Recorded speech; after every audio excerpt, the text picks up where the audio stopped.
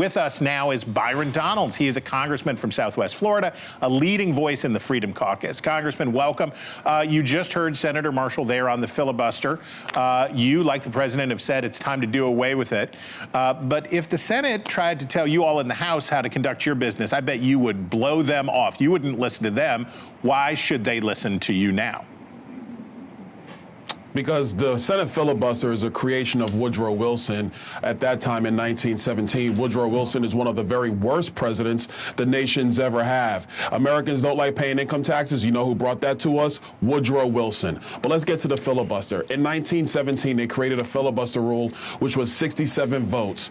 In 1975, the Senate changed it to 60 votes because they said it was too hard to overcome filibusters. So they lowered it from 67 votes from 1917 to 60 votes in 1975, and guess what? It's still hard to overcome filibusters, but here's the core issue.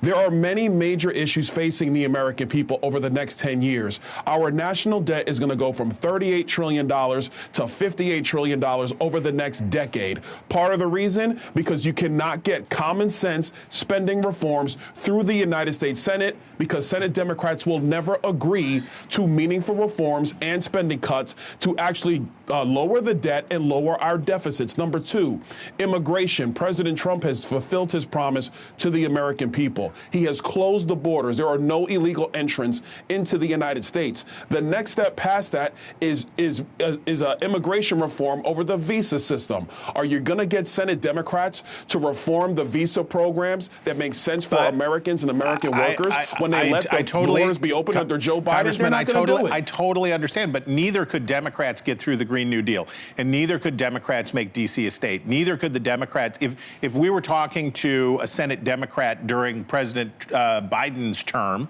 they could list all the things that the filibuster was preventing them from getting.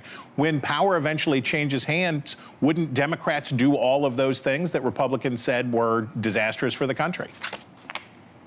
They were disastrous, but let's remember why they didn't get it done. It wasn't because of Republicans. It was because of Kyrsten Sinema and Joe Manchin.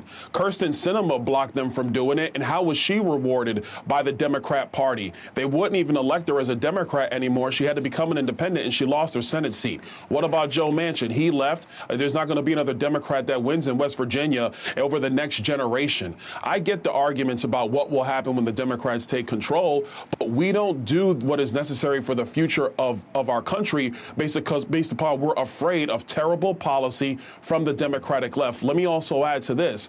When Obama was president, under Harry Reid, they nuked the filibuster for Supreme Court justices. They did that. And then, like Mitch McConnell said, you're going to reap the whirlwind when you do this. And so now we have a situation with the Supreme Court where there is no filibuster. It is a simple majority. And the country has found a way to continue to move forward.